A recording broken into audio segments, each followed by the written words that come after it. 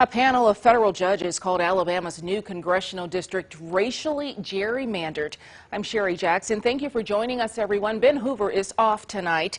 Alabama Secretary of State has challenged that federal court ruling, and now the state's U.S. Supreme Court will hear this case. CBS 42's Jen Cardone is covering this for us tonight. And Jen, the High Court will hear this case tomorrow. That's right, Sherry. And the decision the Supreme Court comes to could potentially have a decades-long impact for how lawmakers draw congressional maps in Alabama and across the United States moving forward.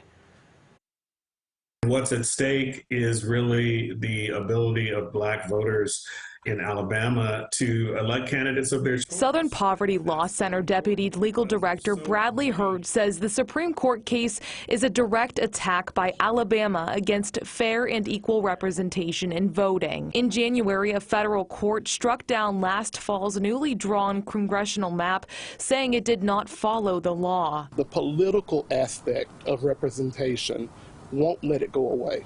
Birmingham Civil Rights Institute historical content expert Barry McNeely says it's important to keep voting rights and the struggle for them in Alabama top of mind. They have a role in making sure that their representatives actually represent them. Tuesday's case could make the decision if Alabama keeps the new voting district lines. Lawmakers feel that what they did met the constitutional requirements for redrawing maps based on the census. Former Alabama State Representative Paul DeMarco says the maps were drawn using all requirements while being colorblind. If you do that, that would not be constitutional if you start using that as a basis for drawing the maps. Richard Rocco is an attorney representing one of those redistricting cases heading to the Supreme Court.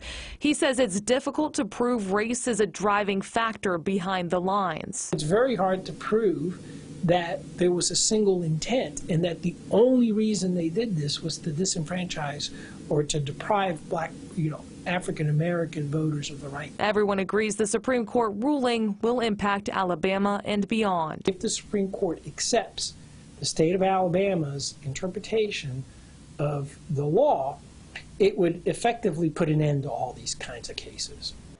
Tonight, we also reached out to Secretary of State John Merrill's office for a comment, and they said they cannot comment on ongoing litigation. If the congressional lines need to be redrawn, Rocco says it would need to be done by 2024. Reporting live in the studio tonight, Jen Cardone, CBS 42 News. Local coverage you can count on. Jen,